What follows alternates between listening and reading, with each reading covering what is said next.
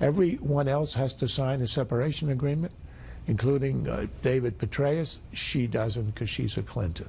So where does it go down the road? All the lawsuits, Judicial Watch, the subpoenas issued by the Congress, and the AP, which is suing for the Freedom of Information Act information, are going to keep it alive. It's not going to be alive every day, but it will remain in the news between now and Election Day.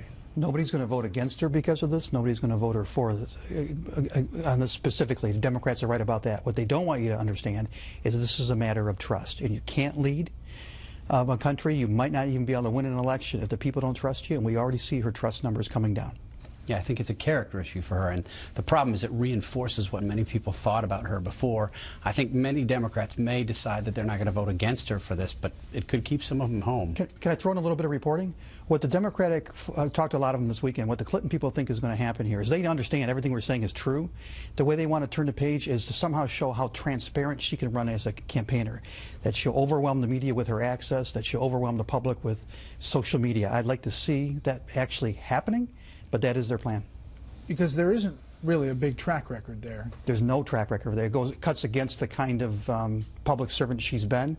But any little bit she does would look transformational. She didn't and that is answer their Hillary's question. I mean, it's a bad start. I'm not saying she's done it, and I'm not saying she can do it. That's a bad start. But that is their communication strategy going forward. What about this investigation potential that Boehner may look into a separate investigation just on the emails and the private use of the emails, separate of what's happening with the Benghazi committee? Well, look, it'll keep it alive. Will any smoking gun be found? I'm not sure. But remember, she lost in 08, and when you're a losing candidate and you run a second time, you try to run as a new person. Nixon loses in 1960, and 68 he's the new Nixon.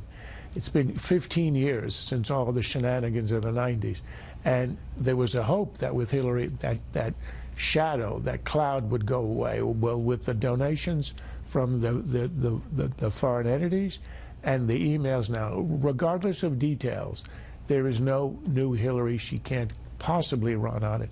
It's going to be the old Hillary, and that makes her chances greatly diminished. I still think it's possible she can do it, but she's got to step up and do it. But what we know is bad, and what we don't know raises all sorts of questions. That's why this is a big story. But is the alarm going off in the Democratic Party? Yes. Don't buy the spin. They are scared to death. And there's a lot of them who are already starting to think, is she really the best candidate for us? And is there another one out there? Their bench compared to the Republican bench is awfully, awfully But look, thin. you know, it's